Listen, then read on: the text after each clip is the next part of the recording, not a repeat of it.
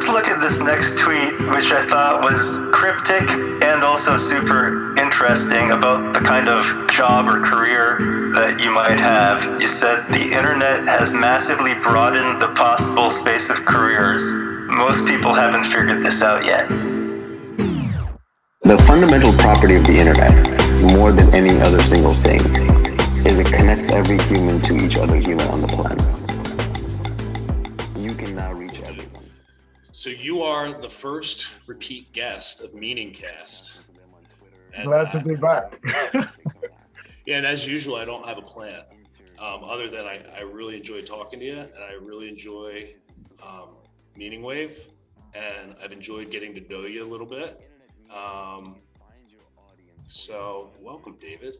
Welcome. Why don't you introduce yourself real quick on the front end here? I think you do important work, so take as much time to tell the audience who you are and really get into Capsule a little bit right up front. I think people should hear about what you're getting into from an entrepreneur perspective. Awesome. So thanks for having me again. I'm really looking forward to this. Immediately as I left the first discussion we had, I was like, we need to talk again, because I felt like it could have gone on for another 3-4 hours. But yeah, just to introduce a little bit about me, I guess what I say to people more generally is that I'm a science geek, all-round nerd, and lover of life. And in terms of my interests, as you mentioned, I'm co-founder and co-CEO of Capsule, and that is a organization which I started with my best friend, which is a company which works with governments and pharmaceutical companies to track medicines that are going into emerging markets to combat some big issues that are happening around medicine counterfeiting and also medicines losing their quality by being kept in poor conditions. And yeah, our mission for that is to drive forward the 3 A's: affordable, accessible, and authentic medicines for everyone across the world. Outside of my day job, my life is pretty simple. I train, I'm into boxing and into Meaning Wave. So between boxing, Meaning Wave, and training and Capsule, that's about sums up my life. How's boxing going? It's going well. I had a fight not too long ago, which I won, thankfully, by TKO, which is good fun. I had all my friends and family there cheering me on, so it was nice to bring home the W in front of all of them. So, are you in a? Is it a league, or how's that described? Is there a circuit that you're working your way up? Yeah, so that the fight that I had was for charity. That was a charity boxing match where we're raising money for Mind, a big mental health charity in the UK. They are a great organization and supported some people that I knew very closely, and they were also supporting one of my friends who sadly passed away due to suicide. So raise a bunch of money for a good cause, and then since then I've taken it more seriously, and then starting going around the UK sort of amateur circuit. So just going to see how far I can take that while working my full time. Yeah, the mental health thing, I'm glad you brought that up. I'm a part of a men's group, and I met a gentleman last night. He came to the group for the first time, and he shared, he's a vet, and he's got a laundry list of mental health, diagnosed mental health issues. And very nonchalantly, he shared about a recent episode he had, and a friend tackled him before he jumped off a bridge. Wow. And nobody stopped and, nobody asked to go deeper into that, but I certainly caught it. It didn't escape me how close he was to losing his life because he wasn't on his meds, or he had an episode. I think he said he was off his meds. It's a real thing, man. Mental health is probably in my perspective, I think mental health is one of these things that people love to ignore. I think people have a prejudice or a real aversion to mental health and poor people. And, people talk about, let's just say it, David, racial issues and things like that. I'm not saying that there aren't problems in the world, but I think the glaring problems are a lack of attention to mental health, and the poor people. I mean, these are the things that really need to be highlighted. Not that all problems shouldn't be addressed, but when I look around me, I see a lot more of that than anything else. And I bet you there's so much more of it that people aren't sharing because of shame. So I'm glad that that's something you got involved in. I don't mean to get on a sensitive topic here, so you don't have to comment, but that's my thought. And I'm happy that you're supporting a charity that goes along with that.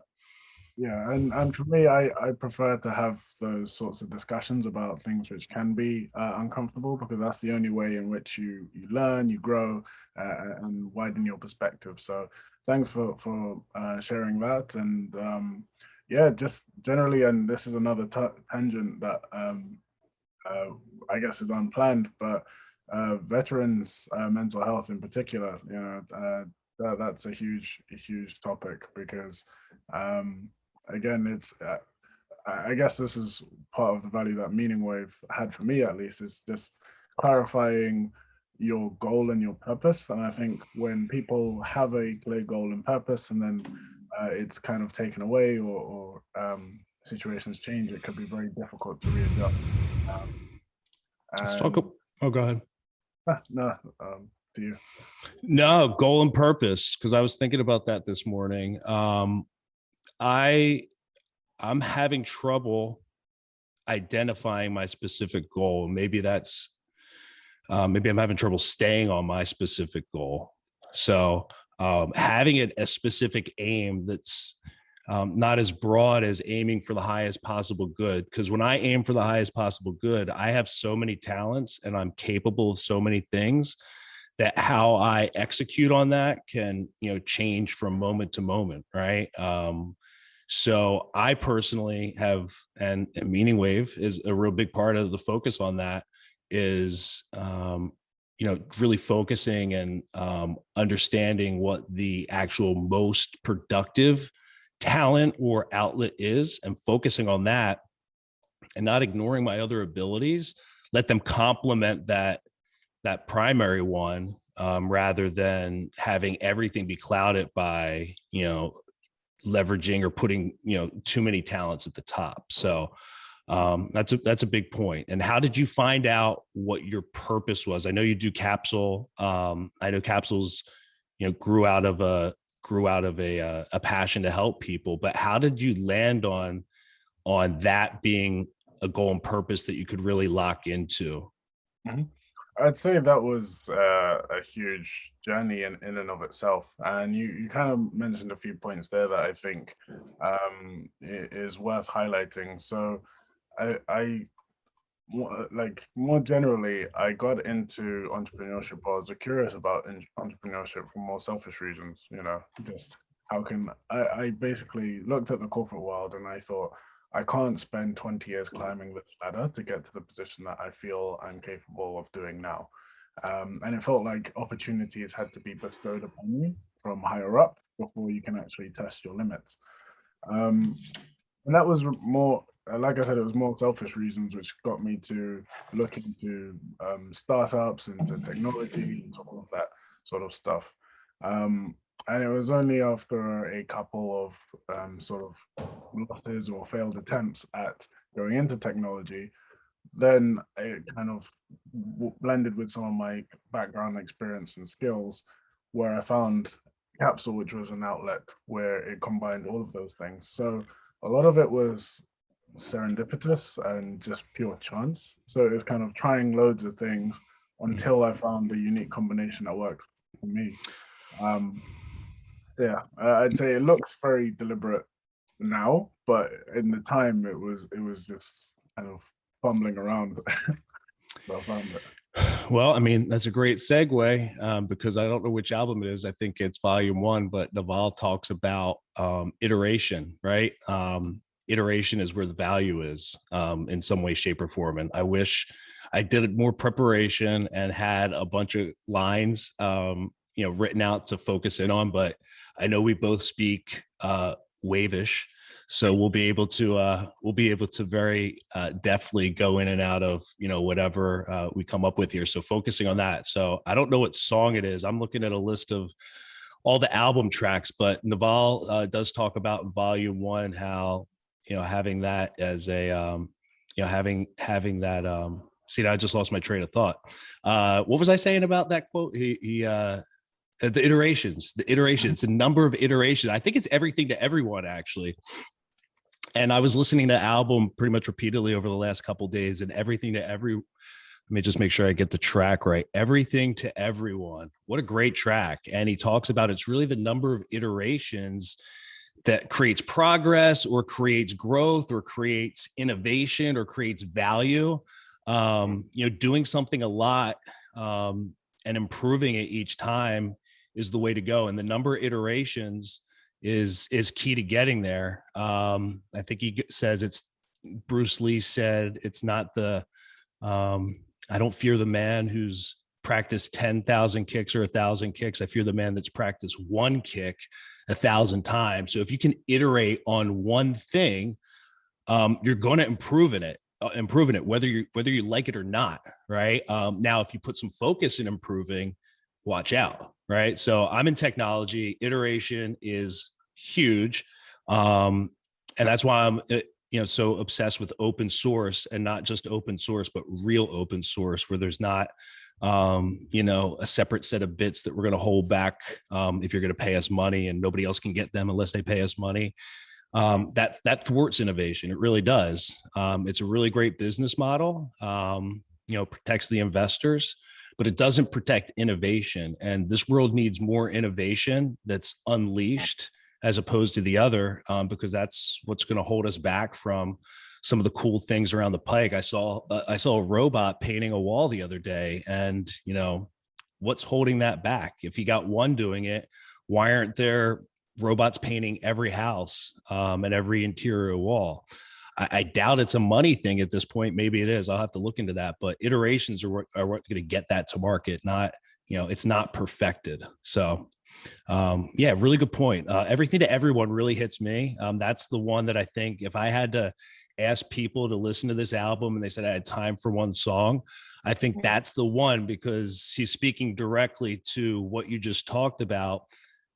People don't realize, and he says those words, people do not realize that the internet opens up the possibility to all these new different career opportunities, where before the internet, you really were getting forced into a cattle chute of very specific areas where you could go ahead and monetize your talents very broadly. But the internet allows you to have some weird niche obsession and go ahead and express that through the internet and attract like-minded people who end up being fans, followers, collaborators. And if it's something that's valuable, you'll end up getting paid.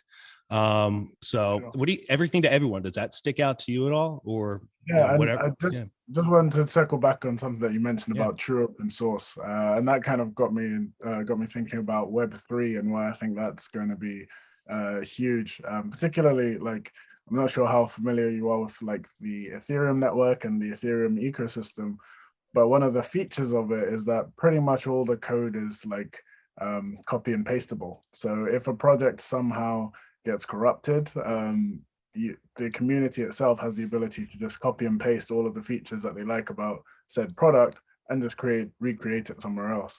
And the idea of that is really cool, where you could be like, oh, I like this feature in one particular product. Let me just pinch it, reuse it, rehash it. And if the community values what you're doing, the community goes with you. So the whole everything to everyone idea in a Web3 world, I can see in like 5-10 years time when it really takes off. Even the barriers that exist today is more like you have platforms that give you access. So you have your, I don't know, your Spotify's, you have your YouTubes or your Instagrams, which are effectively the new gatekeepers to your audience. But I think the way technology is going, that even these big institutions will end up eroding, and you'll have true ability to access everyone without any intermediary, which is it's a cool kind of technology segue, and also ties in.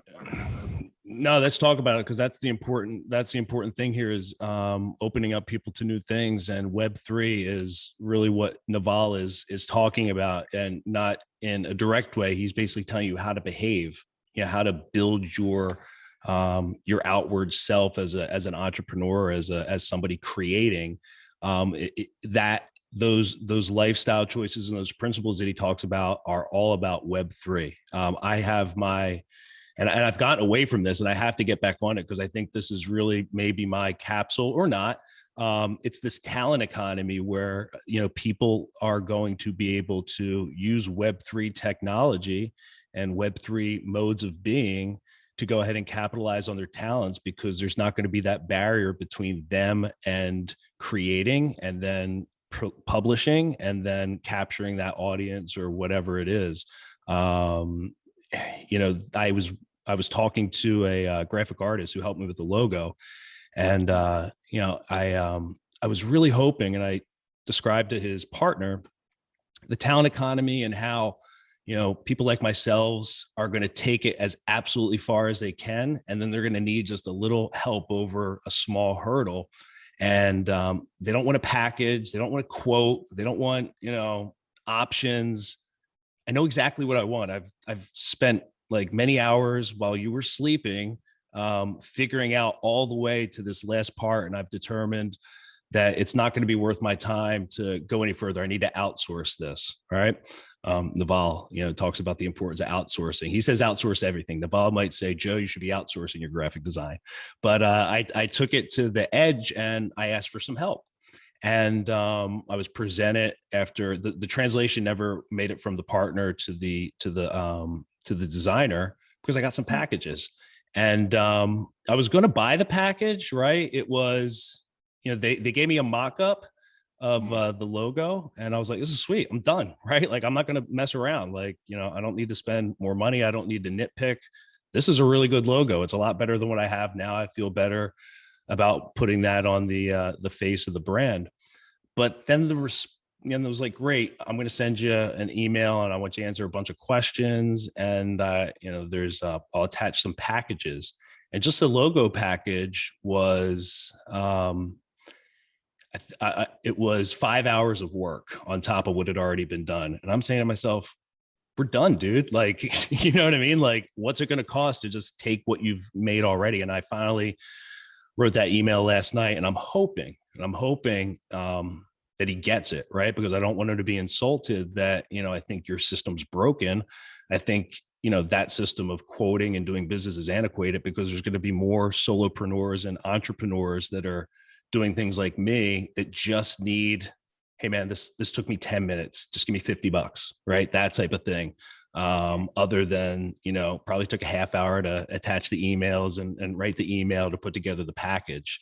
So anyway, I totally believe in this thing of the talent economy and what you said about Web3, but nobody knows about Web3. They know about crypto, but they don't get into it. People are afraid of technology. I mean, people are afraid.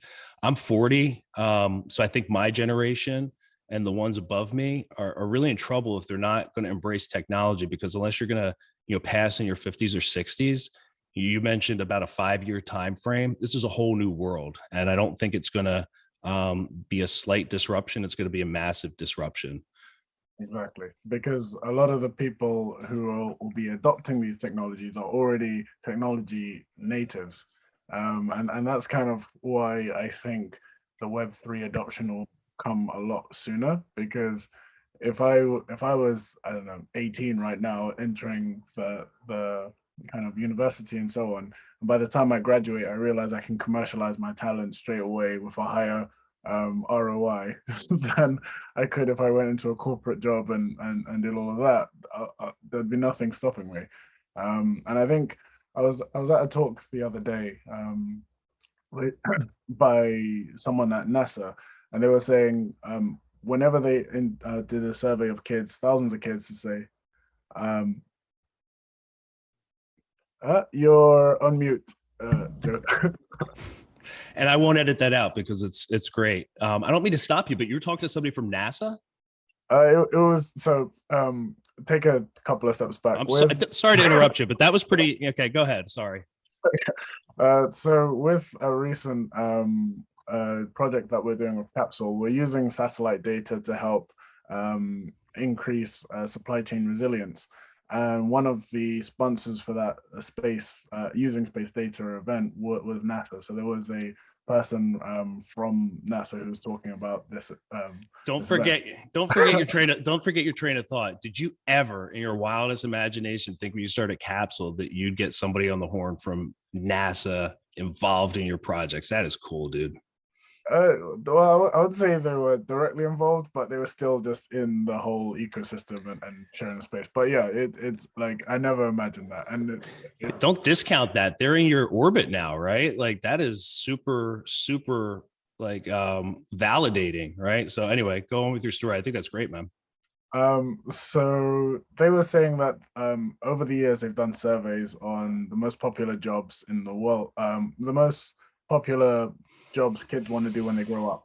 And for years and years and years, astronaut has been number one until last year, where number one was influencer, and then astronaut second. So although you can look at it as, oh, society is diminishing, everyone wants to be Jake Paul or Logan Paul or something like that. It's more like, oh wait, people want to be capitalized and commercialized, or children want to commercialize their unique interest in the world from the time that they're young enough to understand what future career prospects are. And that's why I'm thinking Web3 is going to be huge, because if kids from the moment they think, when I grow up, I want to be, and they just want to be themselves and get paid for it, that lends itself entirely to Web3. First time I saw that, because I saw that written over the summer maybe, and it was in the context of like most things in Web 2, because Web 2 is manipulated, where Web 3 is a lot more difficult to manipulate. In a Web 2 world, I ran into that stat, but it was paired with Chinese kids want to be astronauts, and kids in the UK and the US want to be influencers. And my first thought, because of the Web 2 influence, was, oh man, what's going on here? We got, the kids in the US and the UK are wasting their time on YouTube, and they want to be influencers, and you have these Chinese kids that are, aspiring to go to the stars. I caught myself, and only because of, having the practice of confronting things that made me uncomfortable. So I stay with these things now, right? Like I used to, take my initial gut reaction to things like that and kind of stop and carry that with me.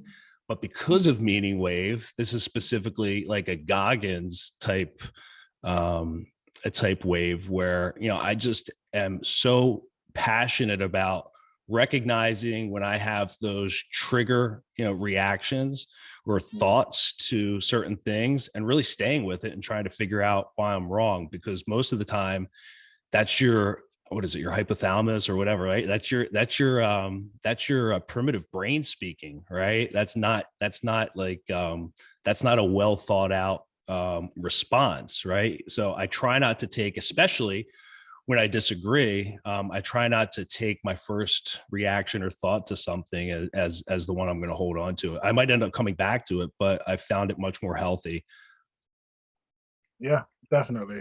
And I think to that point, the lizard brain is really, I find that it's almost always wrong, and it's almost always opposite of what you should have. So like you said, catching yourself when you have that like initial trigger response is really, really important. Yeah, it is. I mindset's a huge thing about Meaning Wave, and what Naval talks about. I mean, let me just read off because we're not going to get to talk about all these. So, David and I got together today to talk about Naval Ravikant's collaboration with Akira the Don, and it's a musical album with Akira the Don providing the music and Naval providing his spoken word through, I don't even know where that came from. David, what's the primary source of Naval's spoken word in that album? think it's from his podcast that he posted. He has a How to Get Rich podcast with like 3 hours long. I Okay. think that's where all of it is, but I'm sure that there's been some taken from elsewhere. Yeah, but I shouldn't say that, but it seems like there is a primary source, so we'll just go with that. And yeah, so here's the list of songs that Akira produced from that spoken word. The purpose of wealth is freedom, true wealth creation. Everybody can be wealthy. Luck to destiny. You're not going to get rich renting out your time. Maintain your freedom. Society always wants new things. Everything to everyone. Long-term gains and long-term people. Intelligence, energy, integrity. Rational optimism. Build something. Specific knowledge. Follow your own obsession. The builder and the seller. And read what you love until you love to read. Now, it's a mindset that he's talking about, and it's been really, really, really helpful for me to learn my mind, right? Understand how my mind works. The second thing, and the most helpful thing, has been Christ and Christianity, and understanding the highest possible aim, and it is in Christ. So not compare, but to have an understanding of the highest possible aim, and then to understand what's that limiting factor, and it's your brain, and kind of understanding how it's made up, how it works, why it does what it does. It allows you to enhance this, right? And it's certainly helped me, I think, understand as I'm seeking Christ to get there maybe more quickly at times, but it's not a fail proof. But understanding my brain has definitely been a huge advantage to not getting locked into things and being able to move forward in my life and let go of what I need to let go of, because I know my brain wants to do nothing else but keep me comfortable. And the more I can notice that, and the more I can recognize the small little areas it does that, the better off I am. There's a quote that immediately jumped out to me when you were saying that, talking about the mind. Is from James Allen, and I think I'll say it correctly, where he says, the mind is like a garden. It could be intelligently cultivated or left to run wild. And whether it's cultivated or left to run wild, it can and must bring forth.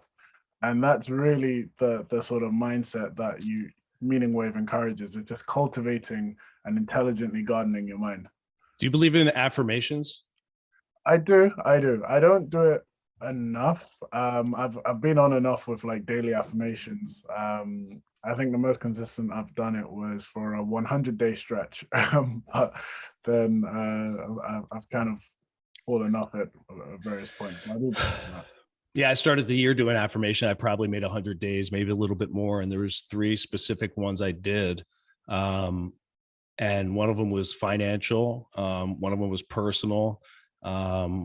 With my endeavors here on the side gig, and the other was in my family. The last one that I was able to achieve was my family, but it was several months after putting down the affirmation. But the financial one, I hit it pretty quickly. But I also learned that I probably should have reframe that affirmation a little more, because sometimes it doesn't come from where you think it's going to come from. I had affirmed for stock market success, and it came, but it didn't come from trading. It came from, the company I work for being acquired, and, going public. And so, the shares I had in the company ended up becoming public shares. So I got what the affirmation was asking for, but I probably should have been more specific about where exactly or how I wanted that to come, or not, right? Because there was no guarantee that company was going to be acquired. And I'm not saying that my affirmations, made it happen, but maybe the affirmations kept me behaving the right way to be in that job still when that event happened, right? Because if I wasn't affirming that, who knows? Maybe the universe would have had me do something else because my brain was doing something else. So I completely believe in affirmations, and I probably got to get back into the habit more, because I'm 3 for 3 this year, and might as well keep going. I like those odds. Yeah, I find that's the weird thing about affirmations. You do them until they work. When they work, you stop. Then it's kind of like it echoes quite a few of my experiences as well. So um on that point, I'm not sure whether the means or the ends is what one should affirm, Mhm. because if you get what you've been asking for, does it really matter how you got there? Or is it the means that you want to, or is it the journey you want to go on, and therefore you want to have the means in that way? So, Totally agree. Totally agree. I probably just should have shot higher, right? In terms of the goal. yeah, in fact, that's exactly what I thought after doing my first affirmation, which was just saving an amount of money. And once I hit it, I was just like, probably should have doubled that number. But yeah, What song on this album pops out to you? I brought up Everything to Everyone. Is there one on this album that really, really resonates with you? for me, there's two, but I'd say first is Follow Your Own Obsession. And that one for me has been really key. And it ties into something you mentioned a lot earlier in the conversation about when you have multiple talents and things that you're interested in, and how to decide which ones to pick. And I had this problem like 6 months ago. I was talking with my friend who's also big into Meaning Wave. He's like a really successful entrepreneur, like one of the people that I look up to, and he he was telling me about all of his skill stack. So he's a writer and movie producer for film and TV. He also does martial arts. He's a musician. I can't remember some of the other stuff that he does, but he was doing a few. And he was just talking about how difficult it was to balance all of them. And he felt like he was getting a B grade at everything rather than an A grade at what he wants. Um, and then we were in the process of listening to Meaning Wave, and he ended up eliminating everything except down to two Mm, things. Sorry, mm, his martial arts and his business. mm, And I was still trying to juggle the things that I do. So I was, in addition to boxing and capsule, I was also writing a bit of poetry. I was painting a little bit. So I have other interests as well. And I kind of reached the same point where I was just like, okay, I'm overwhelmed and I'm not enjoying this. So the follow your own obsession piece was like, what out of everything that I enjoy, what am I obsessed with? What am I thinking about when I'm doing something else? And then I was like, okay, those ones. And it just got down to the final two, which was the boxing and the capsule. And it was painful to say, you know what, I'm going to stop writing poetry, or I'm going to stop painting and other things. It was painful, but I did think I can always come back to those things. And I feel a lot clearer in my mind and in my day when I'm just like, there's two things. And I just work my life around those two things. Um, yeah, that's the song that stuck out to me, the first one. Yeah, so that's you nailed you pulled from the catalog of songs here what had triggered my thought that I'd shared earlier about my widespread of I call it the talent stack. Do you listen to Scott Adams at all? Does that name ring a bell? Scott Adams and the talent star, yeah. Yeah, so I'm really big into the talent stack, and my talent stack has exploded this year. But what I need to do, I really do need to follow my own obsession. That's exactly where I got that yesterday. I can remember it. I was doing dishes during lunch, and I hear Naval talking to me. Follow your own obsession. Follow your own obsession. And I was like, yeah, what am I?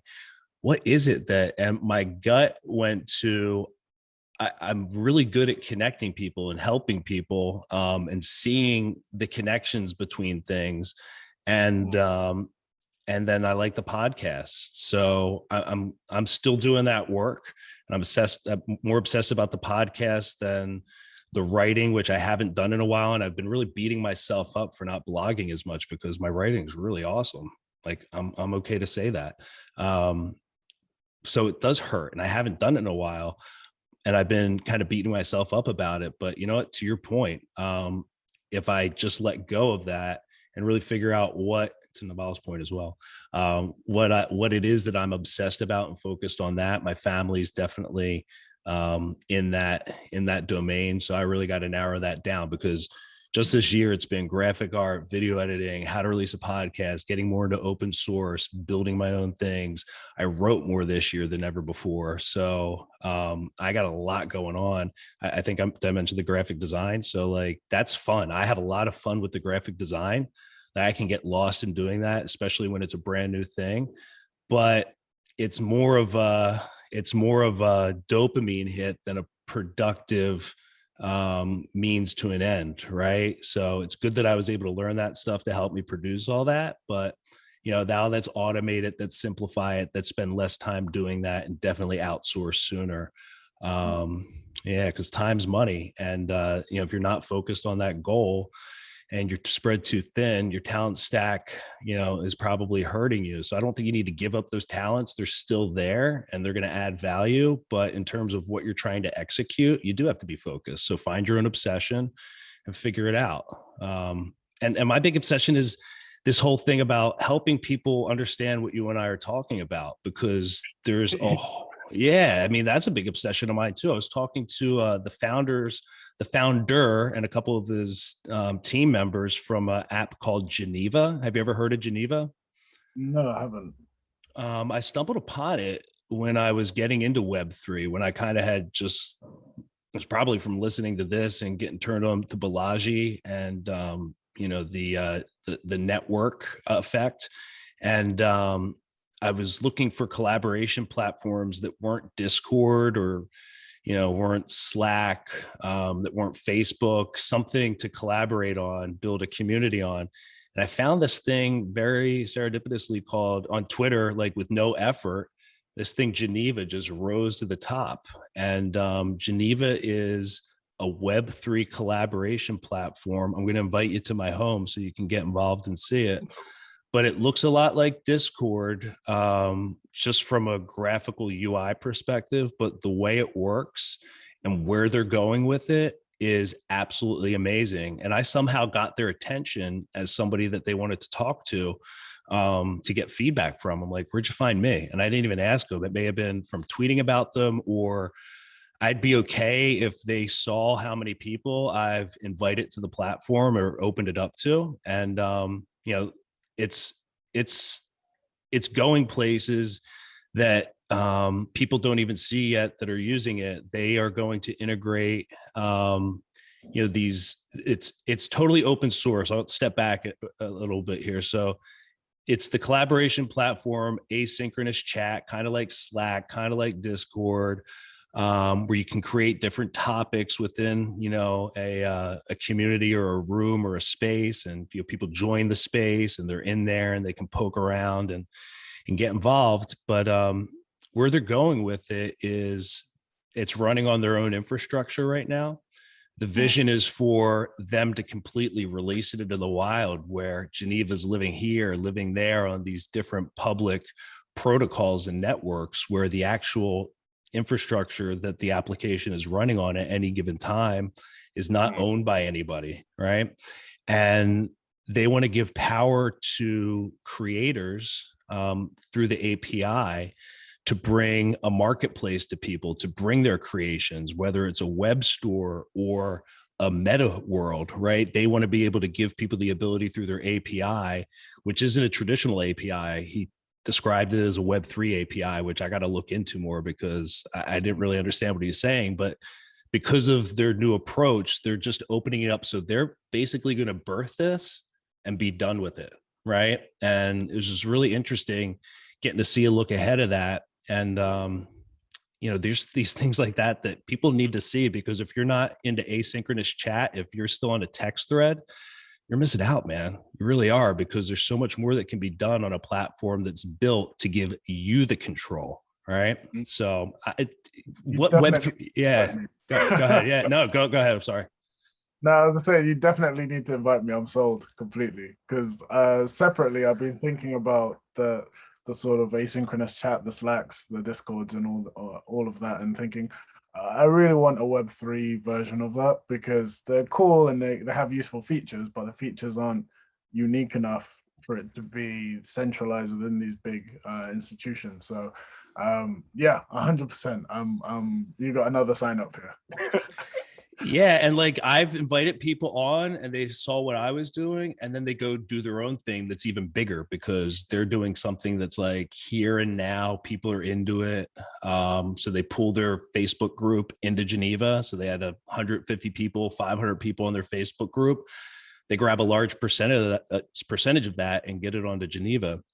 And I was talking to Nate, the founder, yesterday, and he did what founders always do. He had his team set up the phone, and then he comes on 5 minutes late, turns on his camera, and I know the move. So I said, "Hey, Nate, who are you?" "I'm the founder." "Duh, this is what you guys always do." But Nate, so Nate, I love you. But that's what they do, and I'm glad that I know it because if I didn't know it, I would have identified him as a founder, and I probably would not have gotten some of the information I've gotten, or maybe wouldn't have addressed them or asked the same questions, right? So it was a really cool conversation. Nate, you've created something absolutely incredible. I'm really honored that y'all reached out to me to get some feedback, and I really want to help you spread this platform and keep doing that founder thing. I'm not knocking it; it's just what you guys do. So do you do that, David? You're probably I try not to, but my co-founder, he does. He just kind of drops in, says nothing, listens in, and then yes. Yeah, listen, I get it, right? Because they do want the feedback that is not, it doesn't have anything put onto it, right? They want the genuine feedback. So they don't want people speaking to the founder, but I'm past that. I've spoken to enough CEOs and SVPs that, I'm kind of comfy. So, yeah. So, the other, thing in Evolves that really resonates with me is, I think we talked about this a lot, the luck to destiny, right? That was the next one I was going to mention. I said two that jumped out. That was the second one. Yeah. So this is the hardest one, right? Because it requires patience and it requires a lot of iteration to get there. And you don't bear the fruit in one big lump sum. It's just a little bit here, a little bit there. But, why don't you go into probably explain it a little bit more eloquently to me. What does luck to freedom speak about? Luck to destiny. I'm sorry. Yeah. Yeah. So I guess to kind of quote what Naval says in the track, and I recommend everyone listen to it. He talks about there being 4 types of luck. The first type of luck is like dumb luck. You walk on the street, you see a $10 bill, you pick it up. That's dumb luck. The second type is hustle luck. So if you're walking around every street in Manhattan looking for someone who drops money on the floor, eventually you'll find it. That's sort of the hustle luck. The third kind of luck, using the same analogy, how would I describe it? It's challenge, or like opportunity meets preparation. So I guess if you sit by an ATM and the wind is blowing a lot on a certain day, and then someone lets a $10 bill slip through their fingers, maybe that's more type 3 luck. And then the fourth type of luck is when you create situations where things happen to you. So I'm not sure what the equivalent is, but it would just be money coming and being dropped in your hand. I guess if you started busking, that would be type 4 luck, where you started what? I'm sorry. Busking, when you start playing music or things with it, like a hat on the ground. Okay. People like your music and they come and put money there. So rather than you going out trying to find money that people have dropped, they come and drop it where you're at because they like listening to your music. So I guess those would be, and again, the analogies are literally off the top of my head. So well, Naval, in the song, you'll hear this in the song, he uses the analogy that if you're a deep sea diver who's known for you've made a name for yourself for being able to go places and find things and, get things out of the water that nobody else can do. If somebody discovers, where something is, but they can't get to it, guess what? Their luck just became your luck.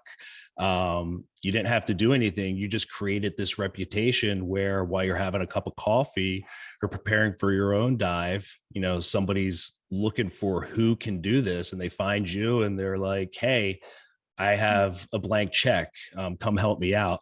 And then it actually is, I had a meetup last week, a technology meetup I'm starting in town here. And I heard a story about, and I wasn't able to, I tried to get the name and I wasn't allowed to. It was like an NDA type stuff, but there is a big technology company who for many years there was one individual that could do one thing that nobody else could do. And the rate of pay per hour was like $6,000 an hour. And she would work like, a couple weeks a year when these big problems came up on this system that nobody else had the expertise she had. And it was one of those things where I was like, that's the type of luck I want to have, right? I want to figure out how to be that person who just has some sort of value that is so unique and so obvious that it all just comes to me and there's no effort for it. And I really believe that's the essence of what I'm trying to share with people when I talk about the talent economy, right? If you can focus on not spreading yourself too thin, but what are you passionate about? What are you talented at? And share that in a way where you're not looking to capitalize, but you're just looking to enrich the world and enrich yourself by doing it, right? Because if you enjoy it, you're getting something out of it. But if you're not focused on where's the money coming from, if it's valuable enough, it will net some capital gain. And if it happens to be extremely unique and valuable, well, then you hit the jackpot. Exactly. And I think the reputation piece that you mentioned is absolutely fundamental to all of that. Like just building that reputation where they're like, you're the go-to guy for X, or you're the go-to woman for Y. And it's really becoming clear with yourself and with the market as a whole, where for this type of problem, you need this person to solve it. And yeah, I think that is the epitome of the luck to destiny concept. And I think we're all trying to get there in our own unique way. And because we're all unique in ourselves, you can't use anyone else's blueprint or template. it's a process of self-discovery. Another Naval track, I'm not sure if it's from this album, where he talks about things being like play to you, but it's work to others. So it's kind of finding the things that are play to you, but work to others, getting a reputation for that, and then they bring, the fun and the games to you and pay you to solve the problems that you would do, for free. And he also, and he also talks about, or maybe this is Gary Vaynerchuk. He talks about how there's, I have a lot of friends who were into video games 20 years ago, but they never did anything about it because they thought it was dumb. But, now if they would have stuck with it, they could have been the Tony Hawk of esports. And that makes me think of a society always wants new things. That song gets me excited, especially because of the talent economy and it being kind of so far out there. And it's really something people need to take time to understand. I can't just tell you, hey, this is what I'm working on. It's, we need to have a conversation, right? But it's worthwhile to break through those barriers of time to explain it and stay with it, because people don't want to get rich renting out their time because they've realized they can't. People know that, and that's a track. You're not going to get rich renting out your time. So the people like myself and like you and whomever who has a vision that's not yet actual in the world, we need to take comfort in that society wants new things. And if we see something that we see value in, there's no reason why we shouldn't go after it, even if nobody else sees value in it today, because eventually, again, following these principles, you're going to get it out there and you'll get the attraction. Hey, and if it doesn't land, iterate again, right? Like it might not be that valuable, but doesn't mean you shouldn't go after it, because society does want new things that they don't know exist yet, right? So it's huge. One of the things, just to piggyback off of that and to bring in another track, is everything to everyone to everyone, where when you find something of value to yourself, society isn't just your community or your town or your city or even your country. You're part of the global community. So the same way that we're talking from the US and London today about Meaning Wave and about Akira the Don and Naval, we are a part of the same society that wants new things. So what you're building isn't necessarily for the person, across the street from you, but it's for the likes of me and the likes of my friends and people who enjoy what Akira has been producing and really want to dive deep into the wisdom that's in those tracks. So we need to kind of shift our way of thinking about society. That society always wants new things, but it's a global society which is amorphous and can continually change and isn't bound by cultures or geographies or anything like that. It's really the creative piece behind it, which is unifying everyone. And I said it to Nate yesterday. I'm an old dog in this Web3 game, right? The people. You ever hear of Friends with Benefits? Yeah. Okay, so I follow. Did you follow their Discord? I don't, but yeah, go get your mind blown, dude. These kids are doing, and I call them kids, right? I'm just assuming they're all in their 20s because they're doing amazing things, hackathons, building stuff like crazy. And I'm a voyeur there, but it's totally inspiring. And being the old dog, I have to resist, and sometimes I don't catch myself. So I need to more often, but I'm compelled to do in-person events, and I should probably be compelled to do the opposite, right? Because it's not going to necessarily, as your point, be in my backyard, right? I'm passionate about getting something going in my backyard to start helping, because I live in Pennsylvania, in the northwest suburbs of Philadelphia, and there's this river that connects, the suburbs out here to Philadelphia. It's called the Schuylkill River. And, there's a town that, I started in about 10-15 years ago called Phoenixville. And, if you follow the river northwest to Reading, there's Pottstown, there's Royersford, there's Spring City, and there's Phoenixville. So there's these 5 boroughs that are all remnants of bygone industrial era, right? Really cool boroughs that are self-sustaining type, small cities, some larger than others. Reading is the biggest. If you ever heard of the Reading Railroad, it was a big part of the railroad system back in the day. Pottstown was another huge industrial town. And as you get down to Phoenixville was a huge steel city, but not nearly as big as Pottstown or Reading. But, I've gotten to know the people around here. It's not Silicon Valley when you look around, right? When you look at the people and the makeup of the culture, but the work ethic, the character, right? It's all there. And I'm really passionate about taking what, I've been able to tap into by being exposed to the globe, right? Because I didn't find this Web3 stuff and all in my backyard. I really want to introduce them to it because I know it's going to open up more opportunities to these people, that I live around. And it's done wonders for me, that, I want to introduce it to them. And it's technology that I think is the barrier to people getting into this. If you're intimidated by technology, or if you're let's let the kids do that, you're really going to miss out on a great opportunity. So I'm passionate about turning this little area into I call it Innovation Valley, right? You have Silicon Valley out west, maybe my little area of the world on a river, nice little valley. Maybe it could be Innovation Valley if we can get enough people into, How to Get Rich Volume 1, Volume 2, and, other Meaning Wave classics. I'm not sure if you follow the guy called Balaji on Twitter. Yep. Yeah, he talks a lot about the Web3 stuff. And one of the things that he mentions is that he sees a point where you'd have nation states based off of community. And that's kind of where I could see this going, where you have talent, you have opportunity, and then you can have a geography where all of those things interlink and intersect. And yeah, like that's like, I'm just hearing what you see, the vision you have for that area in Philadelphia. I've never been, but I can imagine it very clearly. And that gets me excited. And I'm, based in the UK.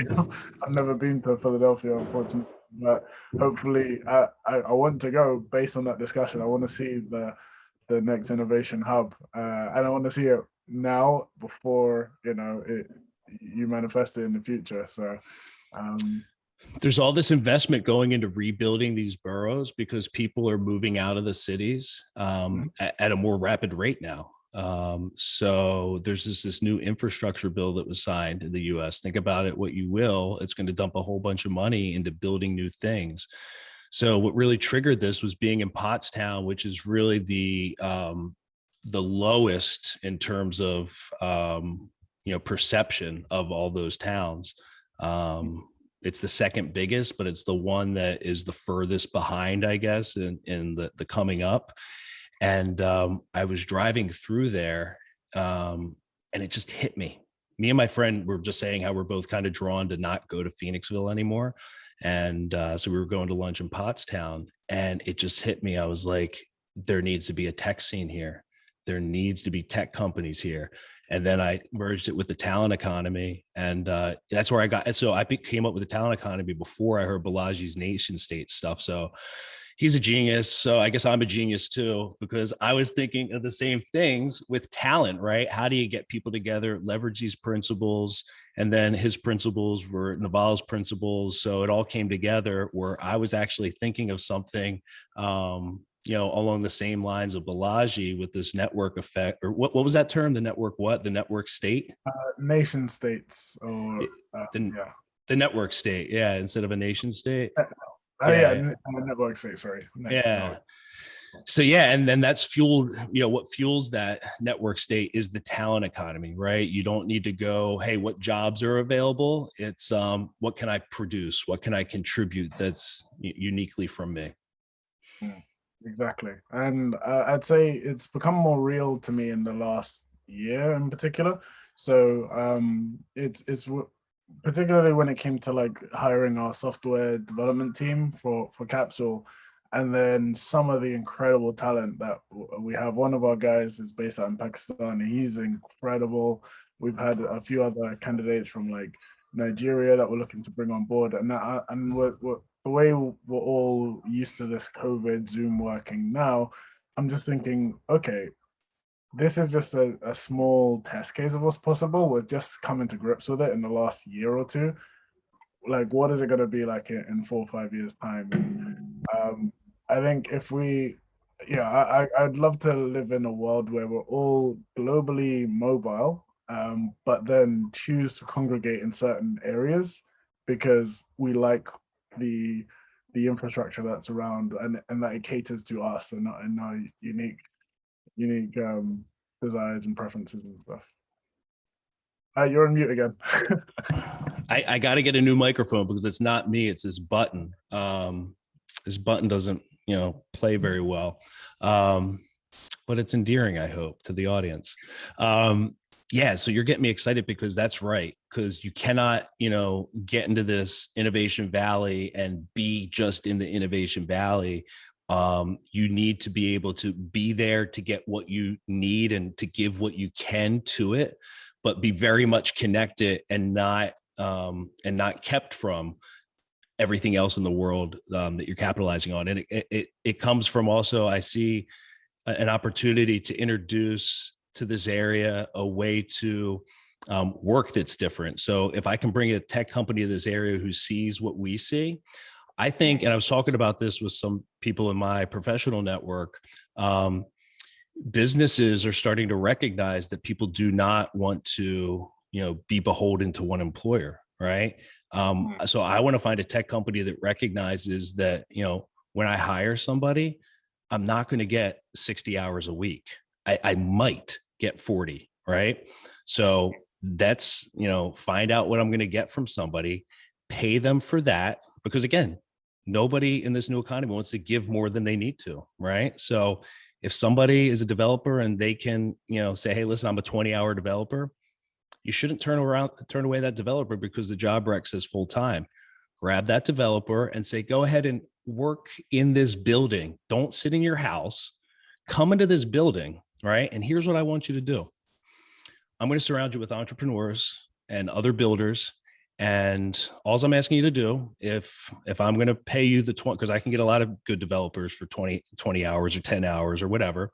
If you're going to work for my company, I want you to surround yourself with people in your community that are looking to grow, and maybe they need a little bit of your talent.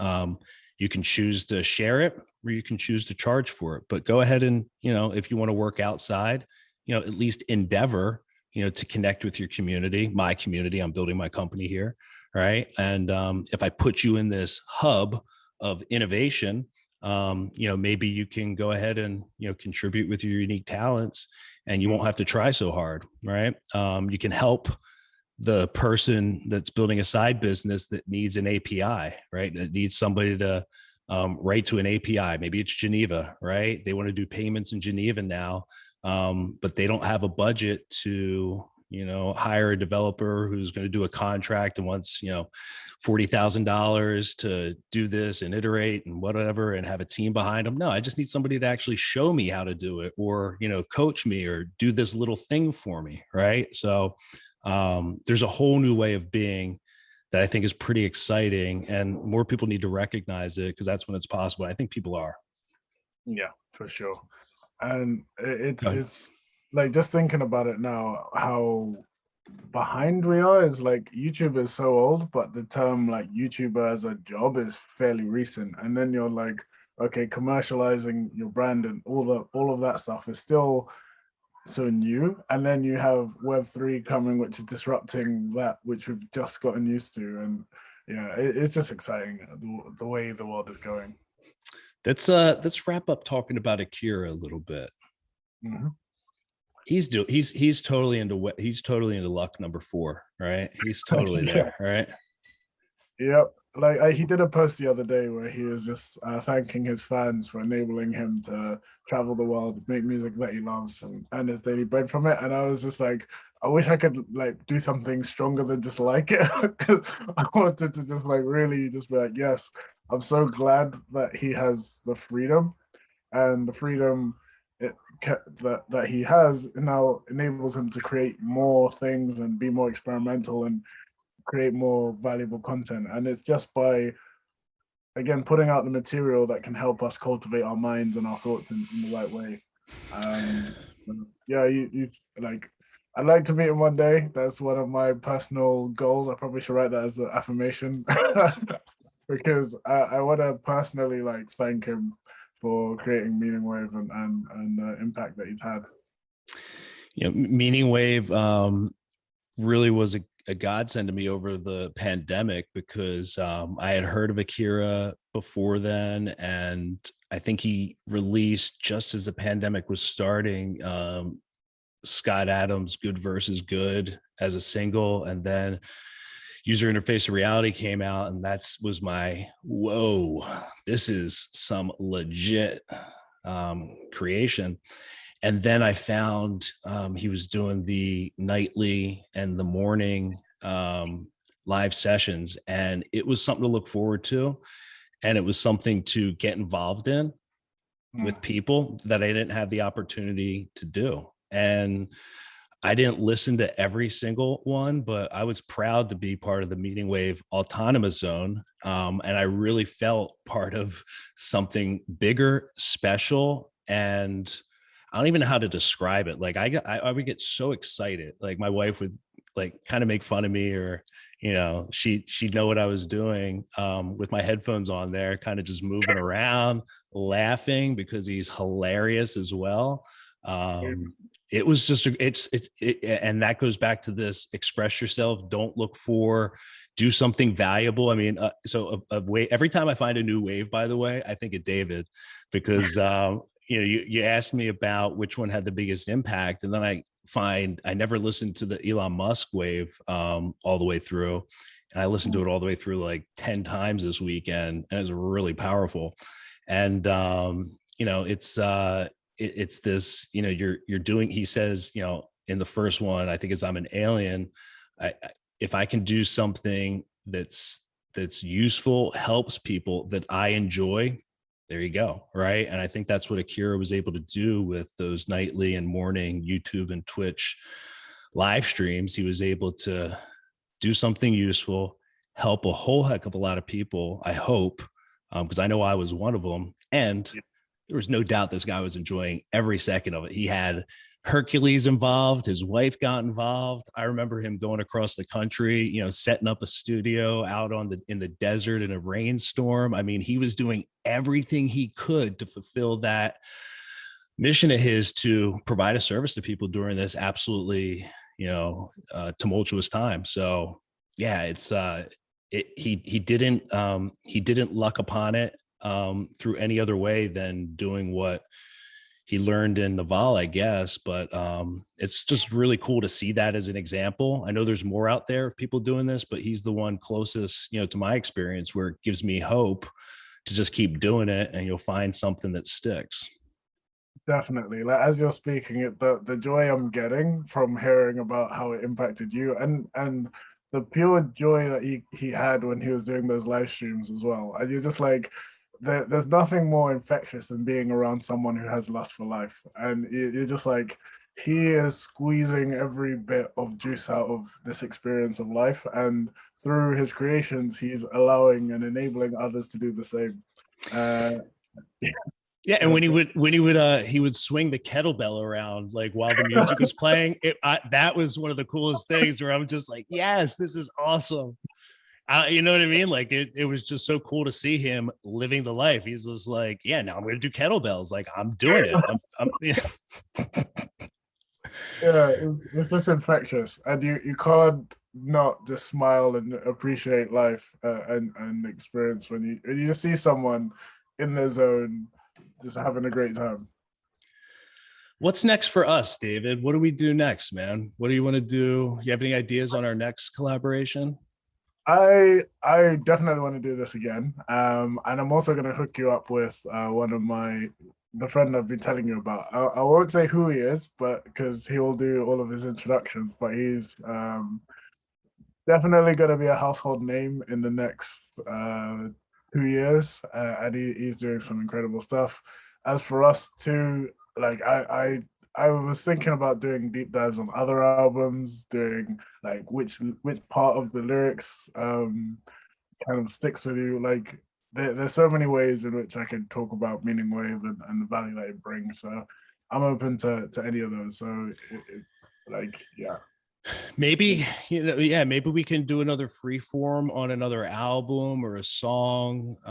I was thinking we could get cute, and, you know, if you let me know a couple ahead of time, we can pull, you know, buy the audio on Bandcamp, and we can play it while we're talking here, you know, as part of the experience. Yeah, in fact, just on that point, I think I'll have a rethink of all of the Meaning Wave songs that have had the biggest impact on me, and I'll bring that to the next one, and then we'll talk through the why that's had an impact, and which part of the lyrics and the melodies just resonate. Yeah, I like it. Well, I'm like I said, I'm focusing on the podcast because it is my passion, because it is how I'm going to be able to share what I'm passionate about. So there's a lot of guests coming.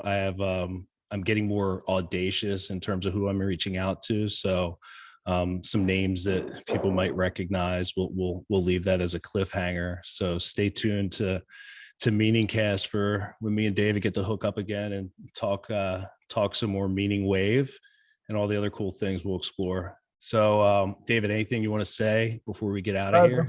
Thanks so much for having me. It's been a pleasure. I look forward to the next one. Thanks for the recommendation about Geneva. I'm gonna check them out. And yeah, like onwards and upwards. I'm excited to see what Meaningcast. Interesting about the kind of job or career that you might have. You said the internet has massively broadened the possible space of careers. Most people haven't figured this out yet. The fundamental property of the internet, more than any other single thing, is it connects every human to each other human on the planet. You can now reach everyone, whether it's by emailing them personally, whether it's by broadcasting to them on Twitter, whether it's by putting up a website they come and access.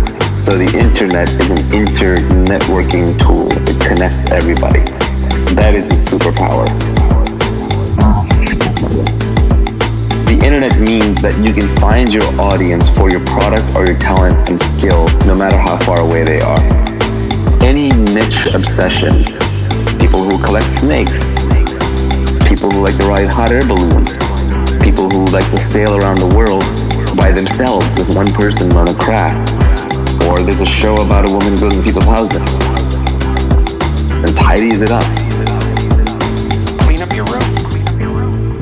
So whatever niche obsession you have, the internet allows you to scale. Now that's not to say that what you build will be the next Facebook to reach billions of users, but if you just want to reach 50,000 passionate people like you, there's an audience out there for you.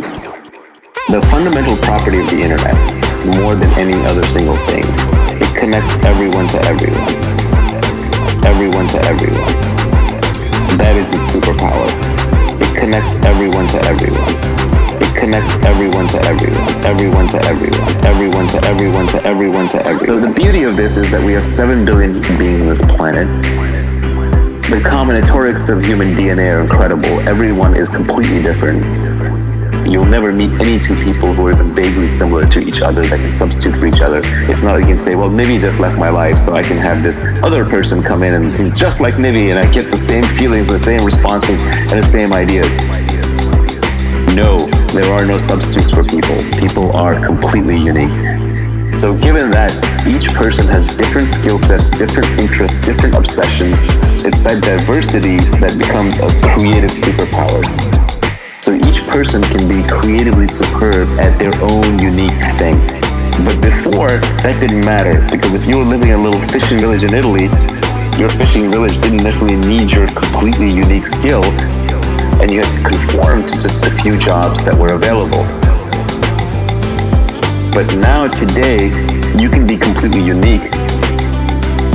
You can go out on the internet and you can find your audience, and you can build a business and create a product and build wealth and make people happy, just uniquely expressing yourself through the internet. The fundamental property of the internet, more than any other single thing, it connects everyone to everyone. Everyone to everyone. That is its superpower. It connects everyone to everyone. It connects everyone to everyone. Everyone to everyone. Everyone to everyone to everyone to everyone. The space of careers has been so broad. Esports players, people creating videos and uploading, bloggers, podcasters, and YouTube broadcaster. PewDiePie is the #1 trusted name in news. He's got 3 times the distribution of the top cable news networks. The internet enables any niche interest, as long as you're the best at it, to scale out.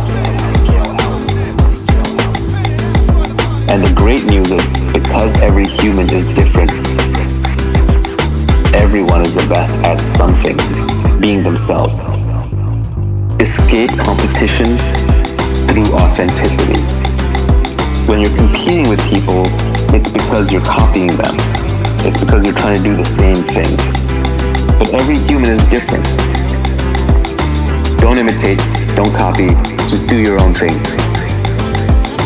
No one can compete with you on being you. It's that simple. And so the more authentic you are to who you are and what you love to do, the less competition you're gonna have. So you can escape competition through authenticity when you realize no one can compete with you on being you. The fundamental property of the internet, more than any other single thing, it connects everyone to everyone. Everyone to everyone. That is its superpower. It connects everyone to everyone. It connects everyone to everyone. Everyone to everyone. Everyone to everyone to everyone to everyone. Everyone to everyone. Everyone to everyone. Everyone to everyone to everyone to everyone. Everyone to everyone. Everyone to everyone. Everyone to everyone to everyone to everyone. The fundamental property of the internet, more than any other single thing, it connects everyone to everyone. Everyone to everyone. Everyone to everyone to everyone to everyone. Everyone is the best at something. Everyone is the best at something. Everyone is the best at something. Being themselves. Everyone is the best at something. Everyone is the best at something. Everyone is the best at something. Being normally that would have been useless advice pre-internet. Post-internet, you can turn that into a career.